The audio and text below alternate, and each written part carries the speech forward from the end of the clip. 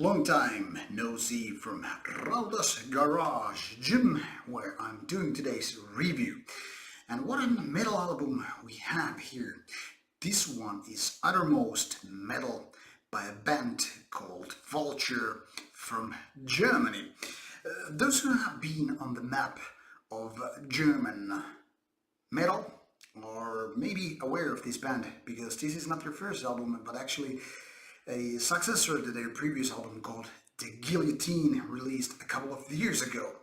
That was one fierce and intense album of heavy thrash metal, and let me tell you, this is very much the same. So let's take a look at this album called Ghastly Waves and Battered Graves. Released by Metal Blade. This is one of very old school, released in so many ways. It all starts with the production really, as it is kind of a homage to albums that were released like early 80s, mid 80s and all that stuff. And it continues with the riffs, how the vocals are done, and just basically combining thrash and speed metal.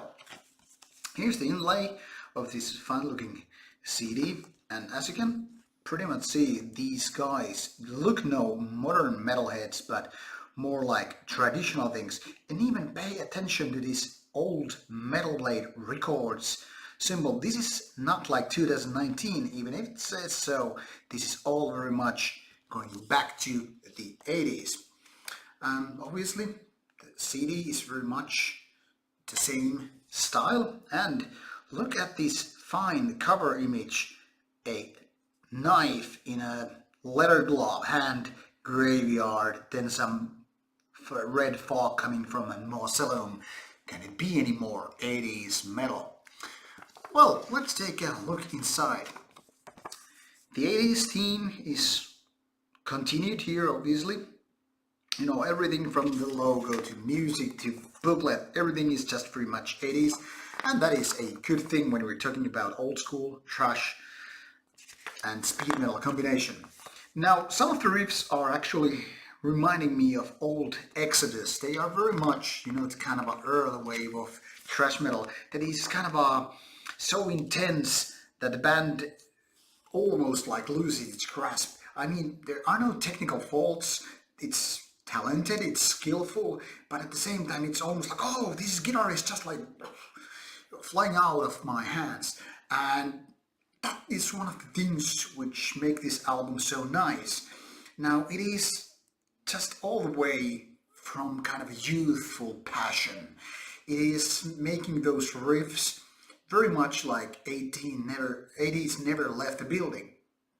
So while this band is full retro, it's just doing everything the right way. Now, the production is kind of an interesting thing, because it could have been a lot better also in terms of being more crisp, more clear, more powerful in general. But they decided to go with kind of a loose sound. I'm thinking of, Exodus debut Bonded by Blood, because it has the same kind of a little bit loose sound. That is, I mean, you can just pretty much figure out the riffs and all that stuff, but it's not as pure and powerful like some of the other early 80s sounds. Like if you, for example, compare it to early Metallica, it can be heard that this Vulture or Exodus sound is more kind of a more vibrant, more weak, a little bit. It's not bad, but it sometimes might take a little bit time to get used to, especially if you are more used to, say, modern sound. But Vulture is just bringing this one to goal with, not slipping their style at all. Vocalist is taking you very high registered sound, and as such it might be a nuisance to some, but those who understand very much like the typical traditional 80s thrash heavy metal, speed metal singing are very much at home with this one. Now, some of more pure thrash metal style might find this one a little bit weird or even annoying. So, like I said, it takes a little bit of time to get used to.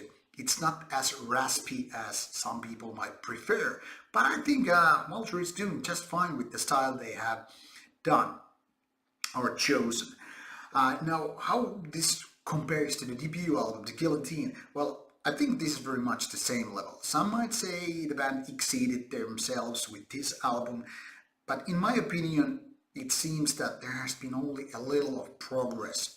And I'm not saying like it's a bad thing, but I'm saying that it still probably needs more time to evolve, take so-called the next step. Now it seems the band made what I could describe as having two debut albums. Like if you take a look at early Metallica, Slayer, Exodus, whatever, and think of their debut albums, they're much more juvenile than the second album, not to mention third. And Vulture is not taking those steps. Then again, there's only like a couple of years between this one and the first one, so it isn't that big a time. But if you compare, like, say, Ride the Lightning to Kill 'Em All, you can see how much the band moved on, progressed. I don't know if Vulture just decided to go like this on intention, or if it was just something that came out naturally. I don't know, and I don't know who even cares. So if you're looking kind of a more modern than the first debut kind of thrash metal, this might be too raw for you. But if you're all about having those old school thrash beat demos, or the debut album is pumping love in your veins, then this is very much an album you should be listening to or already making an order. Now, Vulture is for all about old school by people who were not there to make this kind of stuff back in the 80s. So what it's worth, could work in the field that is not too much trodden these days. So Vulture is all about old school. The question is, are you? See ya, and